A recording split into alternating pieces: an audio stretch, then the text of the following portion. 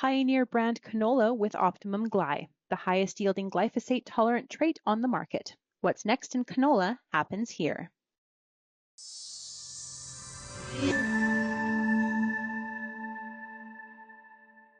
Well, a lot happening in Washington, D.C. We are like 2 weeks away from the election.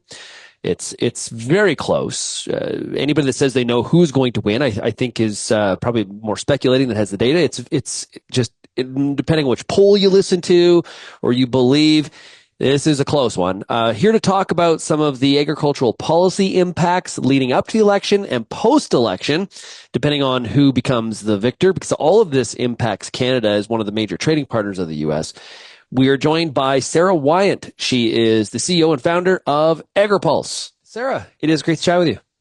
It's my pleasure, Shaun. Thanks for having me on your show. Yeah, lots happening in Washington, D.C. right now. That is definitely not a slow place whatsoever. I guess from an agriculture perspective, we are not too far from the election, just a matter of a couple of weeks. What's happening on the ag policy front are some of the discussions leading into the vote here in early November? Well, of course, all the ag groups are watching carefully to see not only who's going to win the presidential, but we have very tight races, not only on that front, but in the House and the Senate. There are a lot of folks who will be looking at the Senate to potentially flip to Republican control, and expectations that the House might even flip back to Democratic control. So it's been the other way around, and we're looking at, the possibility of, regardless of who wins, still probably some tight margins. And so we're going to be still difficult to get a lot of things passed if that turns out to be the case. Now, if it turns the other way and perhaps, one party wins the presidential and the House and the Senate, then I think you could see probably some more robust policy agendas, but it's still expected to be a pretty tight all the way around. Yeah, the last couple of versions of Congress have not exactly been known for their ability to get anything done. It probably would take that kind of supermajority for something for actual policy to get adopted and passed. Absolutely. I mean, and it's not likely to happen, just looking at the numbers right now. Although the one thing I think we have to all remember is that so many of us are looking at polls. Some of us might have more favorite polls than others, but if you just look across the board, in 2016 when Donald Trump was first elected president of the United States, Hillary Clinton was 6, maybe more points ahead in most of the polls. And that was dead wrong. 2020, the polls weren't that much better. And so you're looking now at things and thinking, okay, I maybe have some insight from looking at these polls, but I don't think you can count out the fact that there are a lot of voters that don't traditionally show up in polls, and sometimes they show up for elections. Yeah. That has been definitely one of the issues. I look forward to that night, or maybe a couple days after, depending on how close it is, till we find out who does win the top of the ticket, for sure. What about the farm bill? A lot of people more now talking about a potential of a farm bill being passed in the lame duck session. What's your prognosis on that? So it's still a possibility. I think there's two things that are weighing in on making it more possible than I perhaps would have expected earlier this year. One is the disasters that we've seen throughout the southeast United States, putting a lot of pressure to do something for the farmers that were hit by that, and then looking at the overall farm economy writ large. In the U.S., you're seeing a lot of softening, growers that are predicted to lose money for the first time in years, and not just $1 or $2. I mean, we're talking about thousands of dollars and cutting into their equity. And so those financial pressures and hurricane pressures are building to do something, whether that's ad hoc disaster alone or it puts enough additional pressure to do a farm bill kind of remains to be seen. Yeah, Sara, if there is an ad hoc program due to some of the concern, the disaster, like the hurricanes, the two that have gone through Florida, and if you look at farm profitability, if there is an ad hoc program to address that, does that take the pressure and the leverage off getting a farm bill done sooner than later? Well, the problem with ad hoc disasters historically has been that they are too little too late. They usually don't get through Congress very quickly and then to be administered by USDA. I think that's why there's some discussion about maybe doing a different kind of ad hoc that would be block grants to the states and then let the states administer those. But, how that would work is still unclear as well. So, one of the things that we do have that works very well is crop insurance. And so that can pay out more quickly. But of course, not everybody in those disaster hit zones is eligible for crop insurance. And it doesn't help people who have just plain economic losses. There are a lot of fields across the Midwest that are producing huge yields. And so, they've got lots of crop, but it's not worth as much as it should be. I know that we won't know until, unless it becomes a reality, but we have an idea after the 2016 election what farm policy look like under a Trump administration. What do you expect from a potential Harris administration, and how will it be different than what we've seen under Biden? So that's a question I think a lot of people have been asking, and we haven't seen a lot of specifics. To my knowledge, she's not been doing interviews with any agricultural outlets. The one thing that has been done is a submission of answers to a questionnaire by American Farm Bureau. That's on their website, so people can look at that, but it tends to be more in generalities. I think there's a couple of things you could point to that would perhaps be a continuation of the Biden administration, and that is the tariffs that have been in place that were a continuation of some of the Trump administration tariffs. On trade policy, I don't think you see a Biden administration or a Harris administration doing something dramatically different than the worker-centric focused trade policy that they have now. Trump, of course, has shown his willingness. His favorite word is tariffs. He shown his willingness to impose those at even higher levels than we've seen in the past. But we have to keep in mind he's also a pretty shrewd negotiator. So how much of those are threats and how much would become reality, we don't know. I think, Shaun, on tax policy, you see considerable differences.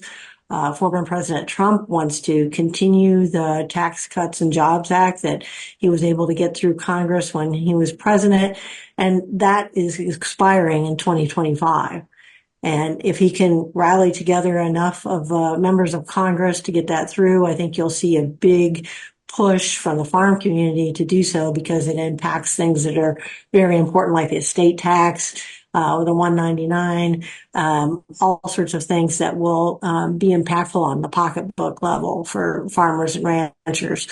Vice President Harris has said that she would not impose higher taxes on anyone making less than $400,000, but above that, she wants to have some rather large tax increases.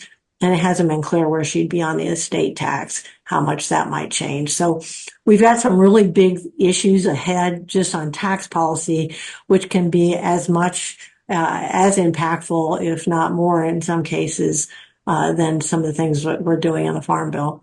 On both sides of the aisle, fiscal hawks still somewhat extinct. We're still looking to see if they show up at some point, it seems, deficits in going forward. Well, deficits and debt are something that are talked about by some of the fiscal hawks in Congress, but they don't seem to have a large majority that says, no, don't spend that much more money on a new program. And if you look at some of the press releases right now, there are billions of dollars going out into the countryside. That's not unusual during a presidential year, but you see a lot of it being sent out. And I think under a Trump administration, there was no reluctance to send out 28 some billion to compensate for the tariffs that were imposed and the retaliation that we saw. So we don't see anybody raising their hand and say, this has just got to stop, period. But we do hear some conversations about it because if you look at our federal debt and deficits, they're amazingly large. Biofuel policy. There's been a lot of people in the countryside and in DC waiting for the details on 45Z, even outside the country. Canadian soybean and canola growers, canola for sure, looking at what some of the final details would be. What is taking so long, the Treasury Department? Well, I wish the Treasury Department would tell us why it's taking so long and give us some more insights on really, what should be expected, because farmers are, at least in in parts of the US, and I'm sure in Canada too, I mean, you're making decisions for next year, right? And you're trying to figure out, are there going to be all these qualifications, like you have to have a cover crop, or you have to use no-till, and all this criteria that you have to use, or can it be a bundle of different practices? Because cover crops don't work in all parts of American agriculture, Canadian agriculture. So to that extent, we're all looking, the devil in the details situation here to try to figure it out. It's crucial to have that tax credit in order for people to be able to put a pencil down and say, yeah, I think this makes sense. I want to move in this direction. And we all have that tug and pull from the airline industry, and certainly now the Biden administration that wants to do 3 billion gallons of sustainable aviation fuel by 2030 and 35 billion by 2050. So the interest is there. The desire to farm sustainably is there, but just give some certainty. I think is what growers are really looking for from the Treasury Department. Due to the imports of used cooking oil, UCO, there's been a bit of a broad brush solution put forth, bipartisan, in I should add to that it only be domestic feedstock that qualifies for some of this programming. Do you think that is likely to happen, or what are your sources saying? So I know a lot of folks are starting to rally behind this effort to be domestically sourced only. I was recently at a meeting where there's a lot of conversation about that. And if you think about it, taxpayer dollars to support used cooking oil that may be coming in from China, that may not be certified for what it actually is, but falls into this tax credit is concerning to taxpayers.